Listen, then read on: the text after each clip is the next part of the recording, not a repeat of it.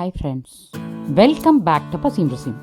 இன்றைக்கி பசியும் ருசியமில் சவ் சவ் வறுவல் எப்படி செய்கிறது அப்படின்னு பார்க்க போகிறோம்.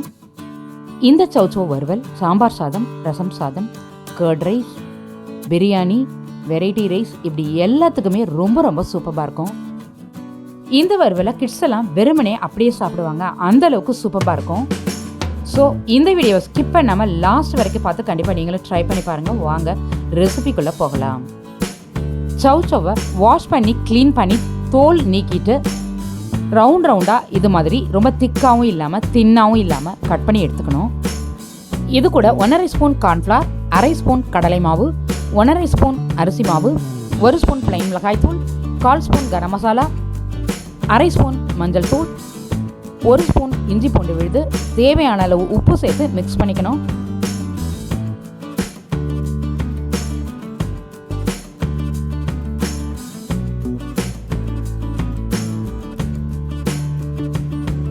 இது மாதிரி மிக்ஸ் பண்ண பிறகு இது கூட 4 டிராப்ஸ் எலுமிச்சை சாறு சேர்த்து மிக்ஸ் பண்ணிவிட்டு 10 நிமிஷம் ஊற வச்சுக்கணும்.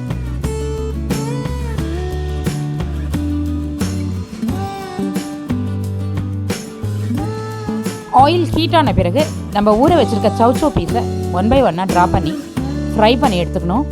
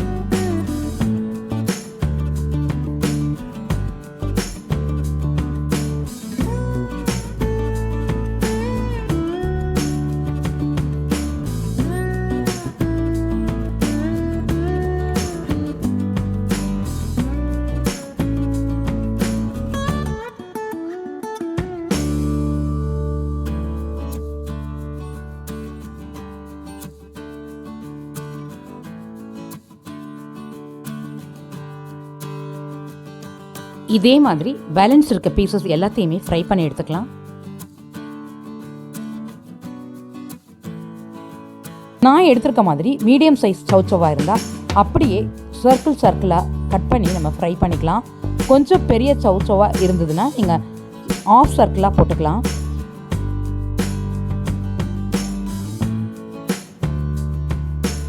இந்த சூப்பரான சவ் சவ் வறுவல் ரெசிபியை நீங்களும் கண்டிப்பாக ட்ரை பண்ணி பாருங்கள்.